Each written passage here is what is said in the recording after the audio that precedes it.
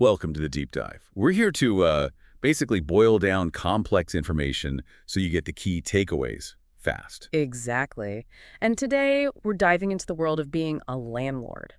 Some common mistakes, and maybe more importantly, how to sidestep them. We're drawing on some real-world lessons here. And actually, speaking of real-world experience, we want to thank Flowers and Associates Property Rentals for supporting us today. Ah, yes, they specialize in special needs housing, a really important area. It is. And many of you might remember Robert Flowers, the founder. He wrote The Joy of Helping Others, a fantastic book, and he's been on before.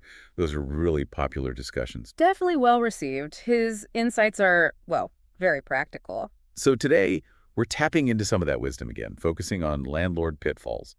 The mission, give you actionable insights, whether you own property now or you're just, curious about it all. Let's get into it. The first big one Robert learned about, chasing that super high rent figure. Right. Sounds good on paper, maybe. Yeah, but the reality can bite you. Robert listed above market value thinking more money, right? But the unit sat empty. 4 months. That's a lot of lost income. It really highlights the cost of vacancy. So it's better to get a slightly lower rent from someone reliable, maybe? Often, yes.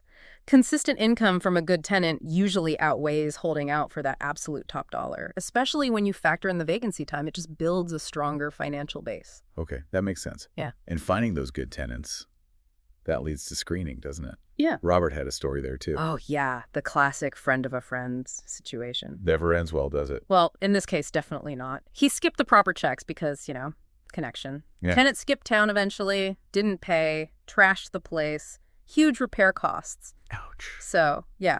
Proper screening credit checks, background checks, references. It's not just red tape. It's essential risk management for your investment. Got it. Protect the asset. Yeah.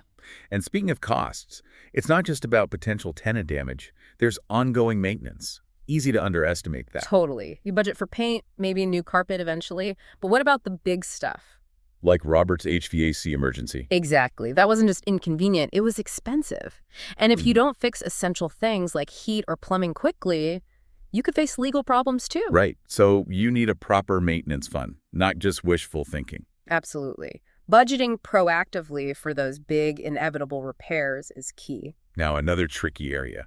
Managing the property like a business, not letting emotions take over. Yeah, this is a tough one for a lot of landlords, especially starting out. You want to be empathetic. Of course. But Robert shared an experience with a tenant who couldn't pay. He let it slide for, I think, 6 months. 6 months. Wow. Yeah.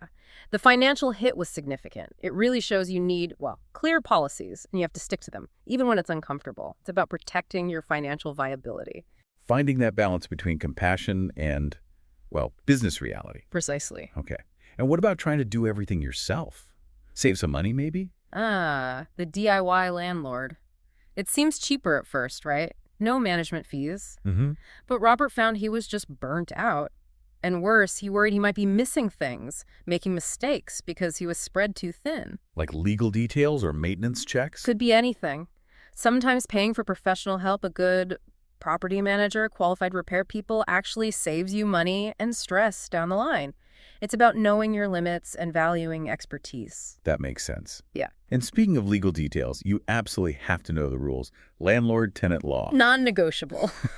Robert learned a costly lesson regarding disability accommodations specifically. Okay. But it applies across the board. Evictions, security deposits, fair housing laws.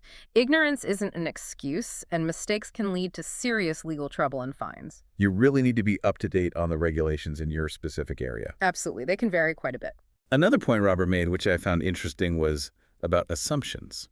Assuming tenants think like you do. Yeah, the everyone is like me trap. He had a tenant who seemed very professional, good job, presented well. Looked good on paper. Totally. Turned out they treated the place like a constant party house. Lots of noise complaints, extra wear and tear. So you can't just go by appearances or assume shared values. Nope. You need objective standards.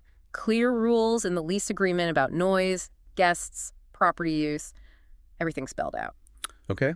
And finally, thinking about the long game, exit strategy. Right. Don't just assume the rental market will always be hot or that you'll always have tenants lining up. Robert experienced a slowdown. Yeah, during an economic downturn, demand dropped. Suddenly, finding tenants was much harder. So you need a plan B. Or C. Exactly. What if you need to sell quickly? What if rents soften significantly? Having contingency plans for different market scenarios is just smart long-term planning. And I guess thinking about Flowers and Associates and their focus on special needs housing, providing that stable housing makes avoiding all these pitfalls even more critical. That's a really good point. Stability and reliability are paramount in that context. These lessons apply everywhere, but maybe carry extra weight there. So wrapping this up, the main takeaway seems clear. Learn from others' mistakes. Robert Flowers' experiences offer some really valuable shortcuts. Definitely. Paying attention to these common pitfalls can save you a ton of time, money, and, frankly, stress.